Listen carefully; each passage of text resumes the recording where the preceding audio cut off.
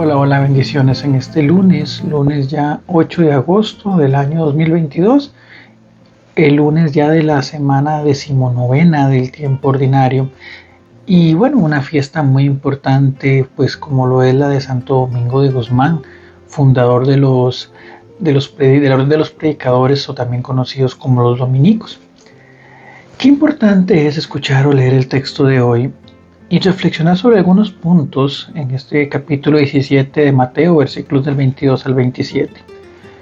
Lo primero interesante que escuchamos es cómo Jesús anuncia en Galilea que va a ser entregado por los hombres y que lo van a matar y al tercer día resucitará. Que la reacción que producen aquellos que estaban con él, los discípulos, dice que se llenan de tristeza y uno indicará o uno pensará que qué raro, pero si Jesús les dijo que iba a resucitar en 3 días y aún así se sienten tristes. Bueno, es muy probable quizá, y lo veíamos en un relato anterior, el del sábado, que era justamente la transfiguración, de que dentro del contexto de Mateo, y Mateo como un miembro de ese grupo de los 12, aún no era posible o no estaba en ese aspecto dimensionado el valor de la resurrección. Ellos seguían aferrados, seguían atados quizás a una prerrogativa humana de aquel Mesías, pues justamente el líder, caudillo, y esperando pues el levantamiento en armas, o esperando pues la liberación de Roma, y ellos pues con esos lugares alrededor de ese nuevo rey que se iba a imponer. Entonces, lo primero que podríamos reflexionar en función de esto es cuánto verdaderamente pesa en mi vida el reconocer que Jesús ha resucitado. Cuánto verdaderamente me levanto en la mañana y me doy cuenta, independientemente de que me persigne o no me persigne, de que haga oración o no haga oración, pero cuánto en el día a día yo actúo teniendo en consideración que Cristo resucitó de entre los muertos y que Él está conmigo, de que Él me mira, de que Él me acompaña. Porque es cierto, y a todos nos ha pasado en muchas oportunidades, que a veces actuáramos como si Cristo no existiera o limitamos nuestra fe a ciertos espacios. Entonces, ¿por qué vivir, como decía el Papa Francisco, y lo he dicho en otras reflexiones, con cara de Viernes Santo, si mi vida de fe se sostiene y se fortifica en el hecho de la resurrección? Y por eso, por lo menos a nivel de la Iglesia Católica, cada domingo cuando nos reunimos a celebrar la Eucaristía, lo que estamos haciendo es una actualización, un memorial, un estar en el momento de la resurrección. Entonces, que la resurrección siga repercutiendo tal cual es actual en cada una de la cotidianidad del que participamos de ese banquete y también de ese sacrificio, que es la segunda parte. Entonces, ¿por qué? ¿Qué me falta verdaderamente para mí? Para darme cuenta que Cristo está vivo. Y muy probablemente sea lo segundo, que es que nos hemos adentrado, y creo que inclusive de una manera especial, toda esta situación que hemos vivido en los últimos 2 años con relación al tema del COVID, esta gran pandemia que nos ha afectado, inclusive nos ha quitado personas cercanas, seres queridos, nos hemos puesto a pensar, y en eso pues creo que todos nos hemos visto influenciados en muchas prácticas que tal vez no eran correctas y las hacíamos, o en su defecto prácticas buenas que no eran cotidianas en nosotros: lavado de manos, uso de alcohol en gel, el tipo de contacto con las personas, ese cuidado, tal vez el lavado inclusive de ropa o de espacios, la limpieza de superficies, tal vez un poco más de, ¿cómo llamarlo?, de esa sensibilidad hacia mi condición física, si en este momento me siento pues bien, o me siento un poco fatigado, si tengo algún síntoma, en fin, sin entrar en un tema de alarmismos, pero la pandemia sí nos pone o nos puso en relieve esa necesidad de tener cuidado de mi vida, por lo menos de mi salud física.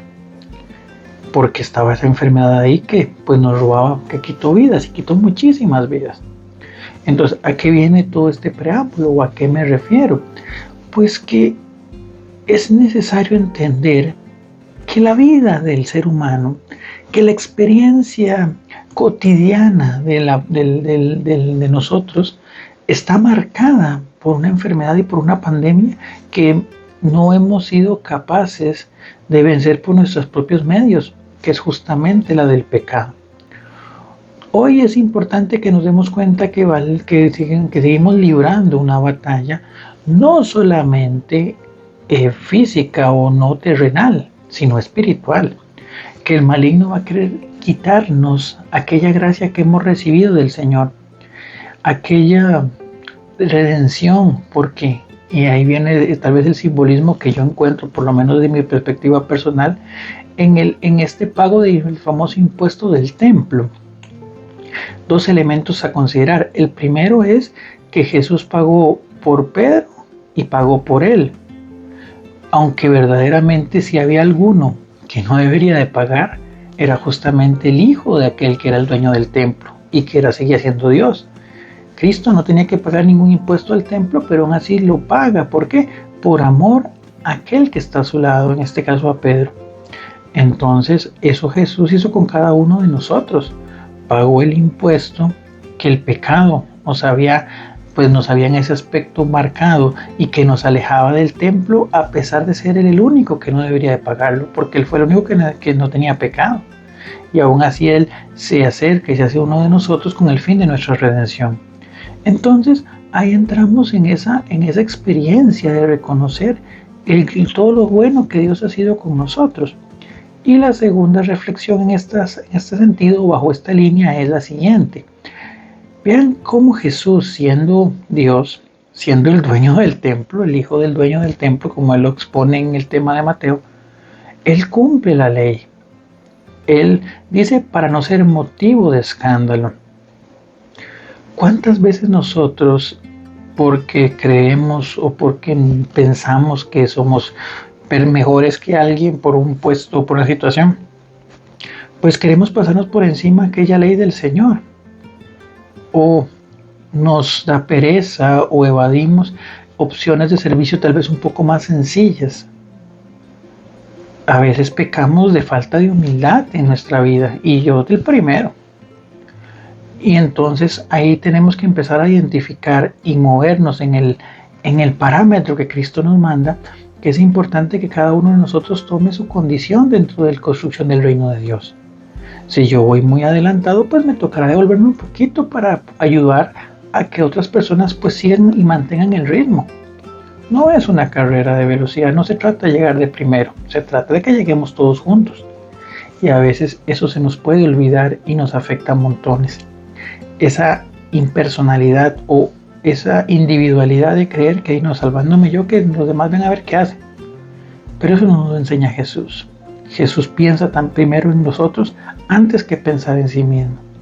Y esa es la invitación que nos da cada uno y es la señal de los cristianos, como decía Jesús en la última cena y que ha inspirado ese canto. Es amarnos como hermanos, es protegernos, es guiarnos, es ser testimonio para los demás. Y bueno, qué mejor ejemplo que aquella frase que decía Don Bosco, que no hay que decir no me toca, sino yo voy. Estar siempre dispuestos a hacer lo necesario, por más pequeño que sea, por el bien de otras personas. Pidámosle al Señor que nos ilumine. Señor, gracias te damos por esta oportunidad de conocerte, porque a pesar de que a veces por el trajín nos olvidamos, queremos tener la certeza de que tú estás vivo y que caminas a nuestro lado, porque tu promesa ha sido que siempre estarás con nosotros todos los días hasta el final del mundo. Por eso nos pues abrazamos a esa pues realidad y te pedimos que nos acompañes, que nos ilumines a través del Espíritu Santo y nos guíes para verdaderamente ser testimonios de completa jerarquía, de completa iluminación, de completa guía para aquellos que tal vez están alejados un poquito de ti. No somos perfectos, claramente. Somos personas con muchísimos defectos, pero bástate mi gracia, le decías a San Pablo. Y lo mismo lo dices a nosotros, a pesar de nuestras debilidades, tu gracia se puede seguir manifestando en cada uno de nosotros. Puedes seguir escribiendo recto en los renglones torcidos de mis actitudes, de mis caídas, de mis antitestimonios. Pero permítenos a nosotros seguir siendo ese libro abierto y dispuesto para que sigas escribiendo tu historia de amor que quieres compartir a los demás. Permítenos siempre estar dispuestos y decir sí a aquel llamado que nos tienes y sobre todo a ser constructores cada día del reino de los cielos. Todo lo pedimos, Dios Padre Todopoderoso, con tu Hijo único Jesucristo y en la unidad del Espíritu Santo, a quien damos todo honor y toda gloria por los siglos de los siglos. Amén. Bendecida tarde.